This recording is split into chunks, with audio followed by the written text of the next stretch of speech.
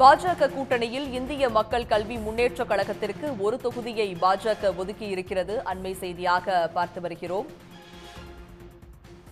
பாஜக கூட்டணியில் இந்திய மக்கள் கல்வி முன்னேற்றக் கழகத்திற்கு ஒரு தொகுதியை ஒதுக்கீடு செய்துள்ளது.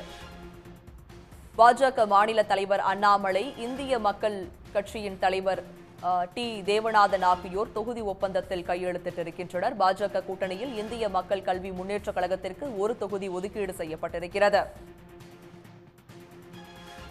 இது பற்றிய விரிவான விவரங்களுடன் இணைகிறார் எமது செய்தியாளர் குணசேகரன். குணசேகரன், விரிவான விவரங்கள். வரும் நாடாளுமன்ற தேர்தலில் பாஜக தலைமையிலான அந்த கூட்டணியில் அங்கம் வகிக்கக்கூடிய கூட்டணி கட்சிகளுக்கு இன்று ஒப்பந்தம் கையெழுத்தியாக வருகிறது. அதில் தற்பொழுது தேவநாதன் யாதவ் அவருடைய கட்சியான இந்திய மக்கள் கல்வி முன்னேற்ற கழகத்திற்கு ஒரு தொகுதி ஒதுக்கப்படுவதாக பாஜகவுடன் இந்த ஒப்பந்தம் கையெழுத்தாகி இருக்கிறது. இந்த ஒரு தொகுதி தென் மாவட்டங்களில் அவர் போட்டியிட இருப்பதாக அவர் ஏற்கனவே அறிவித்திருந்தார். அதே நிலைப்பாட்டில் தான் தற்பொழுதும் இருப்பதாக அவர் தெரிவித்திருக்கிறார். தொகுதி பாஜகவினுடைய தேசிய தலைமை அறிவிக்கும் என்ற கருத்தினையும் அவர் பதிவு செய்திருக்கிறார். இந்த நிலையில் இன்று காலை முதல் பாஜக தலைமையில் இருக்கக்கூடிய அந்த கூட்டணியில் அங்கம் வகிக்கக்கூடிய கூட்டணி கட்சிகளுக்கு தொடர்ந்து தொகுதி உடன்பாடு என்பது எட்டப்பட்டு வருகிறது. அதிலும் தமிழ் மாநில காங்கிரஸ் மற்றும் ஓ பன்னீர்செல்வம் ஆகிய 2 பேருக்கு மட்டுமே இதுவரை கூட்டணி ஒப்பந்தம் என்பது இறுதி செய்யப்படாமல் இழுபறி நிலை நீடிக்கிறது.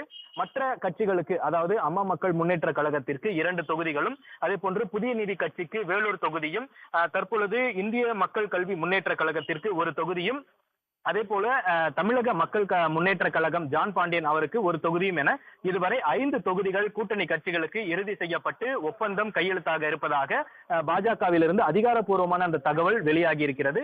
இந்த நிலையில் தான் தற்பொழுது தேவநாதன் யாதவிற்கு தற்பொழுது ஒரு தொகுதி ஒதுக்கப்படுவதாக அறிவிக்கப்பட்டிருக்கிறது. விவரங்களை வழங்கியமைக்கு நன்றி குணசேகரன். உடனுக்குடன் செய்திகளை தெரிந்து கொள்ள சன் நியூஸ் பெல் ஐகானை கிளிக் பண்ணுங்க.